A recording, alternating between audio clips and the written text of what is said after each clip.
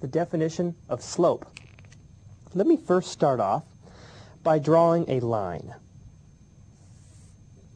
We're going to talk about the slope of that line. Well, what the slope really is the steepness of the line. Notice this line is fairly steep, so this would tend to have a fairly high slope. A line maybe going down would have a fairly negative slope.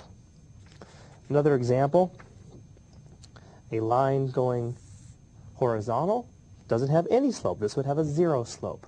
So what we need to figure out is how to actually compute the slope of a line. Let me go ahead and draw another line. Let's try to figure out the definition of slope. Let's pick any 2 points on this line. Let's just pick a point here and a point here. And I'll put some imaginary dotted lines here. The definition of slope is the ratio of the rise from this point to this point over the run. So I'll put this change in vertical we usually call the rise, and the change in horizontal we call the run. So the slope, the variable that we're going to use for slope in most all textbooks is going to be little m.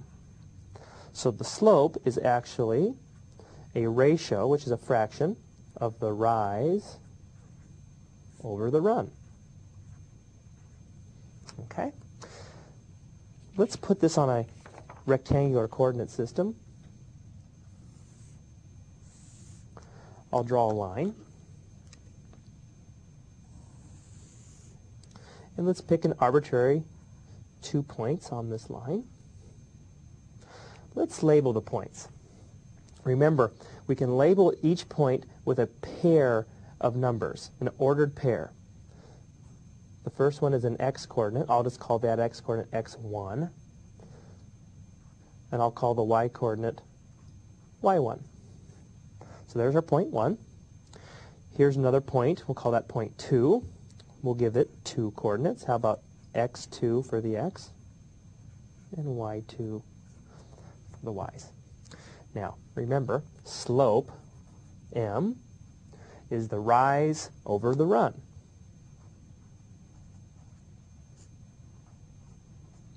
Which is also the change in y, change in y's over the change in x. So what we need to compute is, well, what is the change in y and what is the change in x? In other words, what is this distance from here to here? Well, if it's y1 here, and it's y2 here, then the total change must be y1 minus y2. So that is our rise. Similar, the run here, the change in the x values, is going to be x1 minus x2. So the formula for slope then is simply the change in y's, which is our rise, y1 minus y2, divided by the change in x.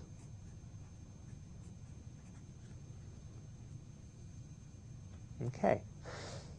Let's try a real-life example.